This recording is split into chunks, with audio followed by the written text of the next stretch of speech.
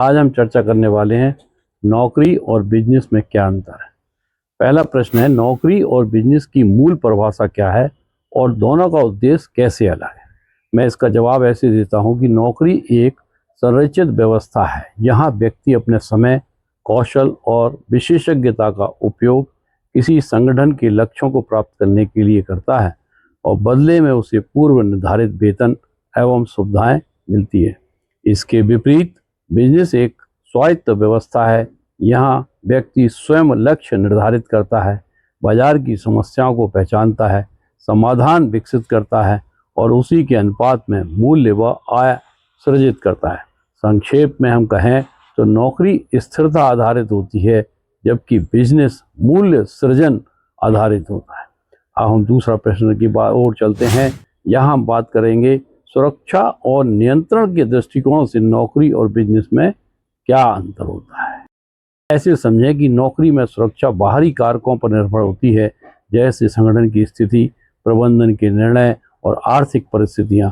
वहीं बिजनेस में जोखिम अवश्य होता है, लेकिन निर्णय और नियंत्रण स्वयं व्यक्ति के हाथ में होते हैं। इस प्रकार नौकरी अनुभूत सुरक्षा देती है जबकि बिजनेस नियंत्रण आधारित सुरक्षा विकसित करता है। हम तीसरा प्रश्न करते हैं, नौकरी और बिजनेस की मानसिकता, माइंडसेट में सबसे बड़ा अंतर क्या माना जाता है।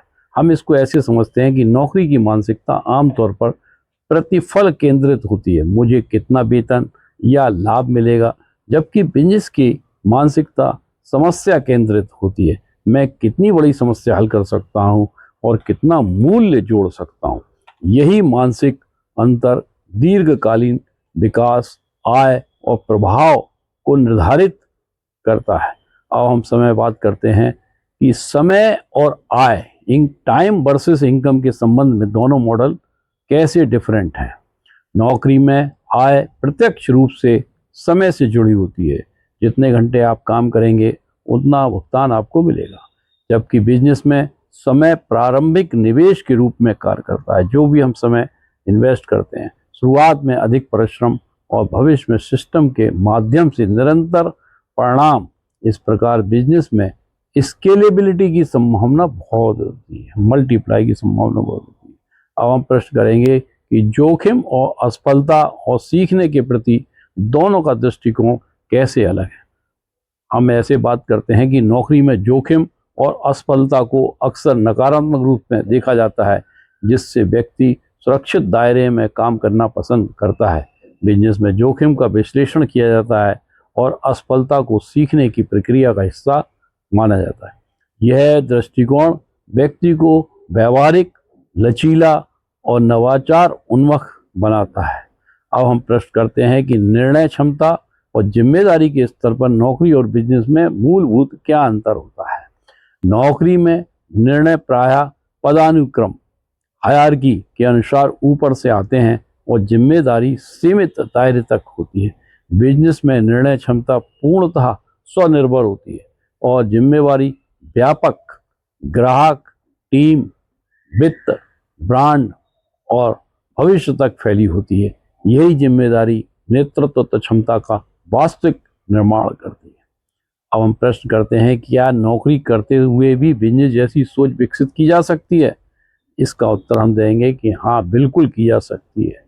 बिजनेस सोच किसी पद या पेशे की मोहताज नहीं होती, यह एक मानसिकता है।